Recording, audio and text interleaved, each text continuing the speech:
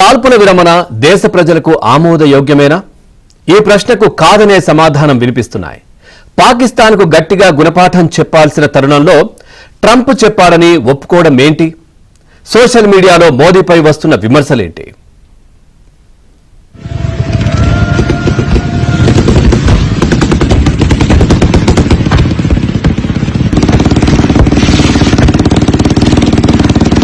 हमारी needs fulfil नहीं होंगे तो मैं समझता हूँ ये गवर्नमेंट बिल्कुल बेकार है।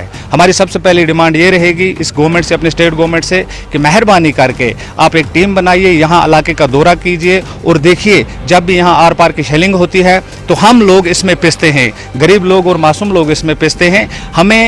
हम और कुछ नहीं मांगते हैं, हम गवर्नमेंट से ये रिक्वेस्ट करते हैं कि हमें अपनी सेफ्टी दी जाए, क्योंकि आज हालात ख़राब हुए, 2 दिन के बाद, 4 दिन के बाद, 10 दिन के बाद कौन जानता है कल फिर हालात ख़राब होंगे और हम लोगों को फिर यहाँ से माइग्रेशन करनी पड़ेगी।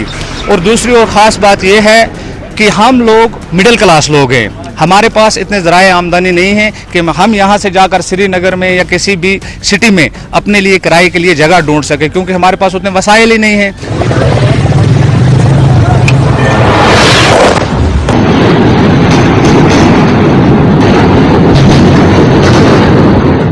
అది కశ్మీర్లో వాస్తవ పరిస్థితి. పేద మధ్యతరగతి కశ్మీరీలకు తిండి లేని దుస్థితి వచ్చింది.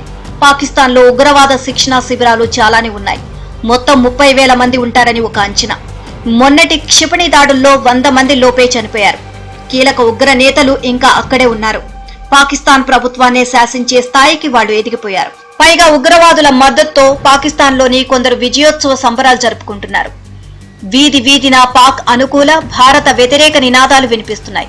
ఇదంతా కాల్పుల విరమణకు భారత ప్రభుత్వం ఒప్పుకోవడం వల్లే జరుగుతుంది అన్న ఆరోపణలు వినిపిస్తున్నాయి.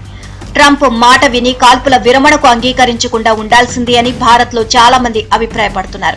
But the unfortunate part of this is, to me, why Trump unilaterally declared ceasefire?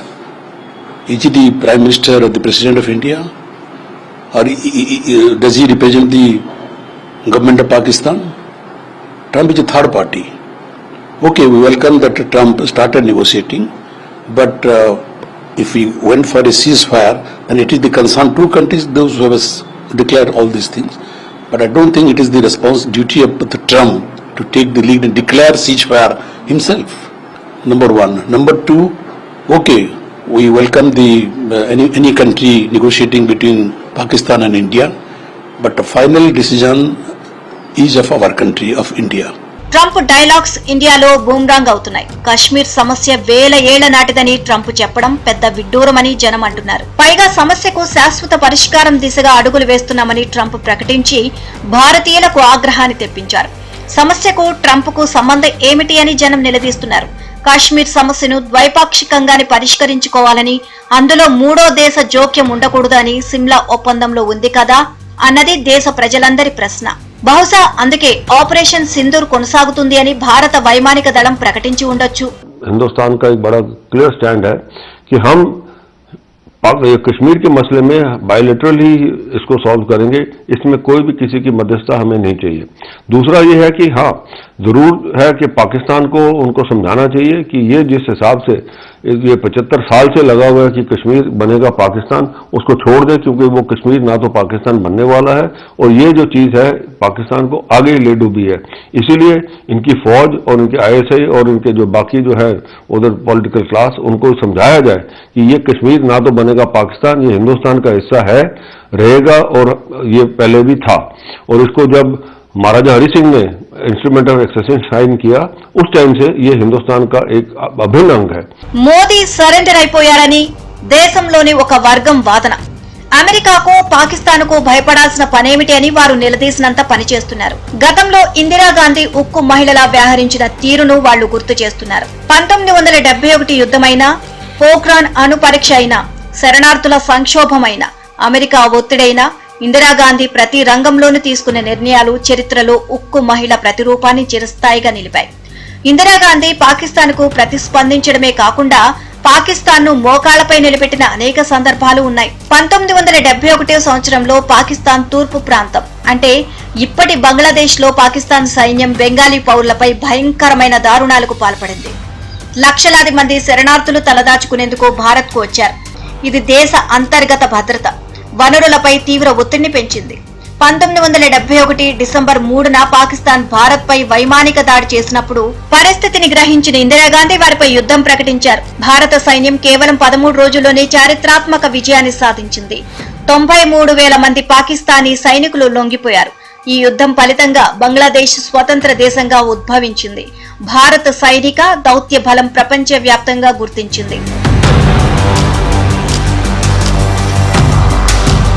యుద్ధం తర్వాత శాంతి అనేది చాలా ముఖ్యం. ఇందిరాగాంధీ భారత్ ప్రతిరూపాన్ని బాధ్యతాయుతమైన ప్రజాస్వామ్య శక్తిగా ప్రదర్శించారు.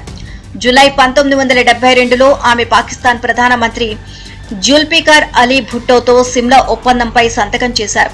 కాల్పుల విరమణ రేఖకు నియంత్రణ రేఖ అని పేరు పెట్టారు. భవిష్యత్తులో ఏవైనా వివాదాలను శాంతియుతంగా పరిష్కరించడానికి ఈ ఒప్పందం పునాదిగా మారింది. ఇందిరాగాంధీ గౌరవప్రదంగా బేషరతుగా 93,000 మంది పాకిస్తానీ యుద్ధ ఖైదీలను స్వదేశానికి తిరిగి పంపించారు. తద్వారా భారత్ నైతిక ఆధిపత్యాన్ని నిరూపించారు.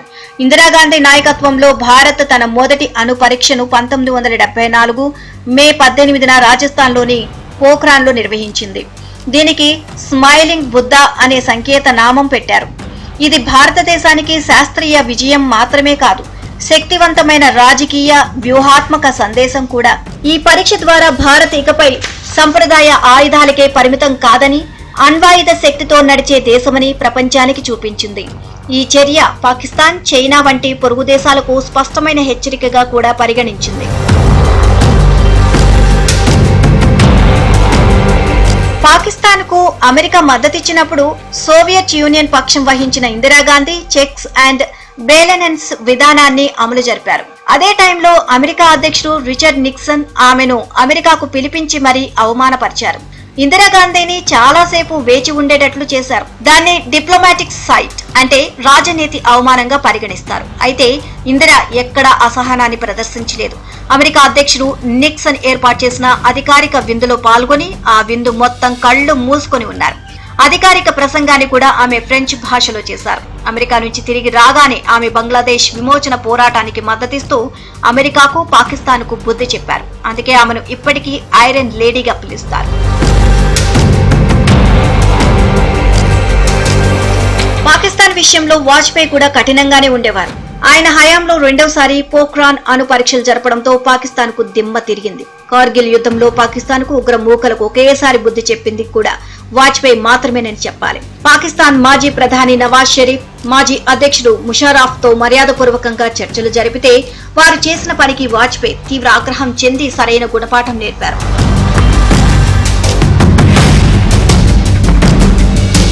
ఆ ఇద్దరు నేతలను ఆదర్శంగా తీసుకోవాల్సిన ప్రధాని నరేంద్ర మోదీ బాగా మెతక వైఖరిని ప్రదర్శిస్తున్నారు అన్న అనుమానము, ఆరోపణలు వినిపిస్తున్నాయి. ఆయన ఎలాంటి ఒత్తిడులకు లొంగకూడదు అని జనం అంటున్నారు.